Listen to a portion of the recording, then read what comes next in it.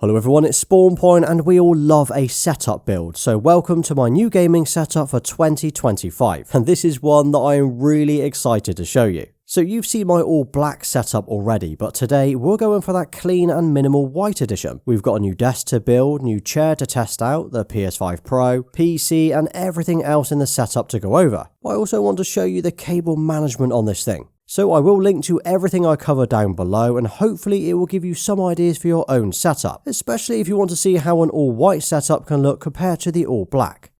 Okay, so first up is the desk itself, and if you've ever seen my other desk setup build, you'll know that I am a huge fan of Secretlab, and genuinely out of all the desks that I've used over the years, theirs is hands down the best in terms of features and quality, and it's for that reason that I chose to use their desk again for the new setup. So I've gone with the Magnus Pro XL, which is the larger out of the two Magnus Pro desks, and should give me more room for my accessories and my future plans. And can I just say that before we even build this thing, the quality of the packaging and the way that everything is laid out is awesome. Right, so now I've got everything laid out on the floor. We've got the top of the desk, the two legs, which include the built-in motors and the feet. Now, luckily, the instructions are incredibly easy to follow. Everything is labelled and literally only takes about 30 minutes to get up and running. It's just a case of laying the top down, connecting the cables for each of the legs, which are color-coded, and slotting these into the bottom. Then we just need to attach the feet to the bottom of the legs and screw those into place.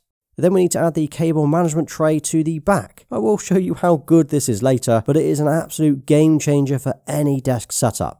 Okay, now we flip this over, it's starting to look like an actual desk. We just need to fit the top part of the cable management tray, and this is the cover that attaches to the back and hides all of our cables and the power supplies out of sight. And then here's the fun part. So to protect the top of the desk, I've gone with one of the latest desk mats, this time the silver suede. So this just rolls out to cover the desk, and as it's magnetic, it just snaps into place and won't actually move around. I also wanted something light rather than dark, and I liked the idea of the suede texture instead of the leather one that I've had before. I also think the suede finish definitely gives the desk a softer look, which I really like. Right, let's get everything put back onto the desk and see how it looks. And here we are. This is how the new setup looks in white. What do you think? Now, I had a dark wooden setup here before, which you might have seen on my stories over on Instagram, but this has completely changed how the room looks when you first walk in now. And looking around, it's got some subtle Secretlab branding like on the metal ends here and on the desk mat on the top. There's even a Magnus logo on the control panel. In fact, before I show you everything I've got on here, let me show you what this desk can actually do. Firstly, this is a sit-stand desk, which got an integrated control panel on the front. It also has an LED panel, so you can see the height that it's currently at, arrows for manually moving it up and down, 3 preset buttons for saving 3 different heights, and a physical on and off button. So in my case, I have number 1 set to sitting and then number 2 set for standing. And when you do press these, it is incredibly quiet. Now, as mentioned, I did opt for the XL desk, which is the larger size, so this one measures 1.77 meters wide instead of 1.5 meters, and it's also 10 centimeters deeper. I think it looks overall that little bit better as it gives me more space for a wider monitor in the future, and doesn't look too small on the wall that I'm using it on. And I just wanted to also quickly come back to the mat that I'm using. So the suede mat that I've gone for is not water resistant, so I'm going to need to take regular care of this to keep it clean. Now, I do often use coasters for my drinks, and I'll definitely need to do that on this one. Otherwise, a quick dust and a wipe down with a dry cloth is really all I need to do.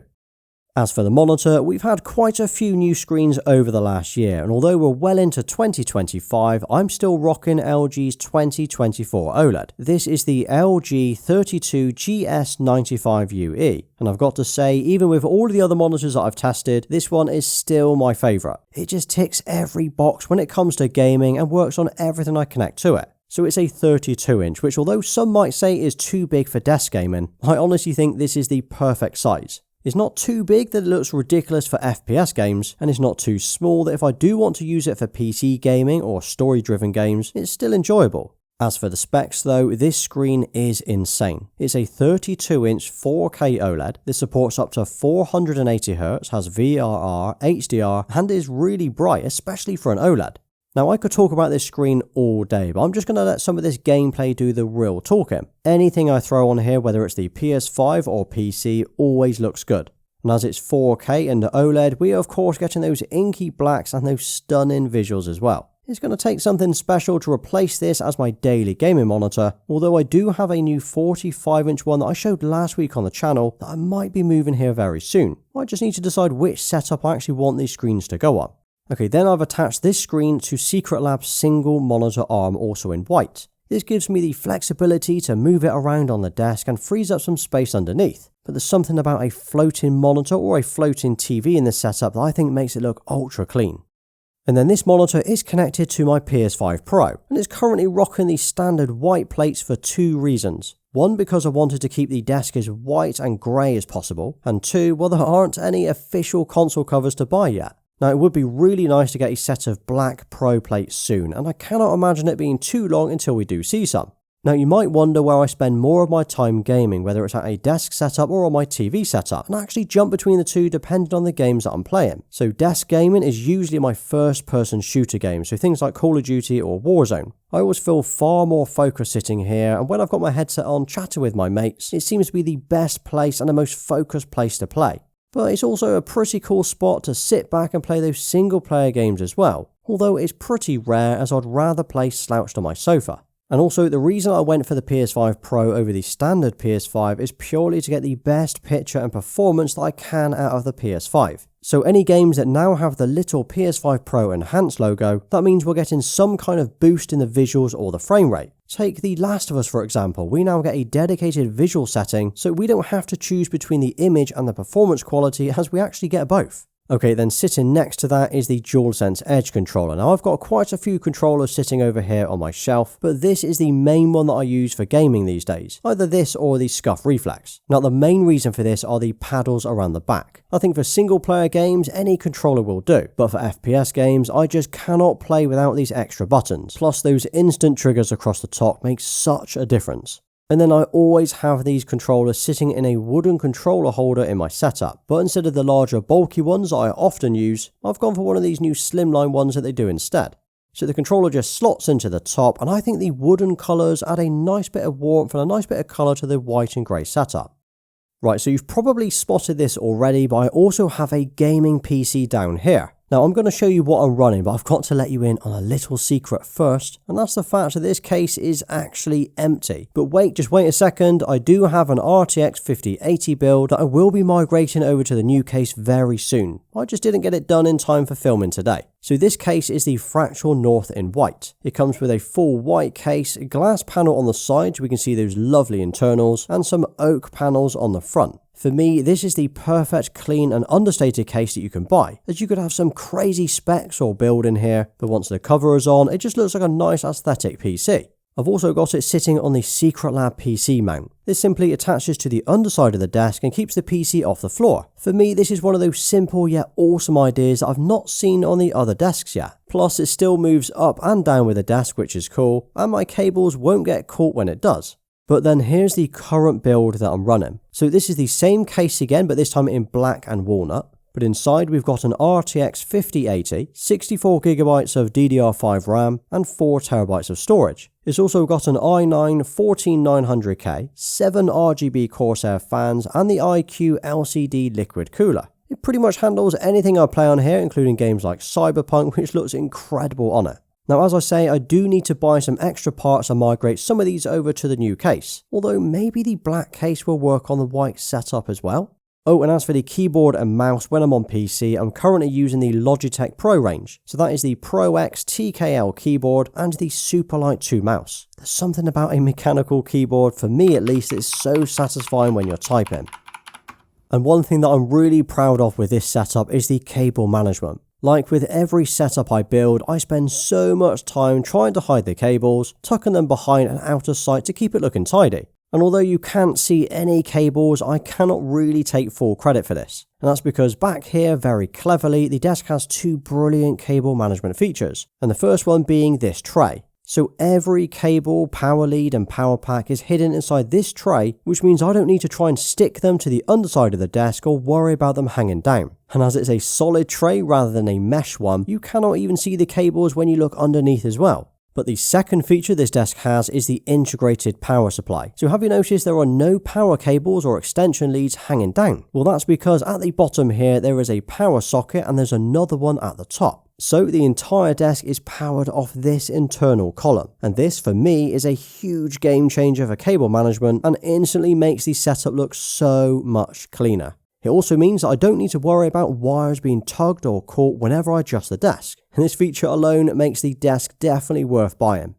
Okay, now I've got to show you the chair that I'm using. This is Secretlab's latest chair called the NanoGen Edition, which is part of their Titan Evo range. Now firstly, just like with the desk, it comes really well packaged and laid out. Plus it is very easy to put together.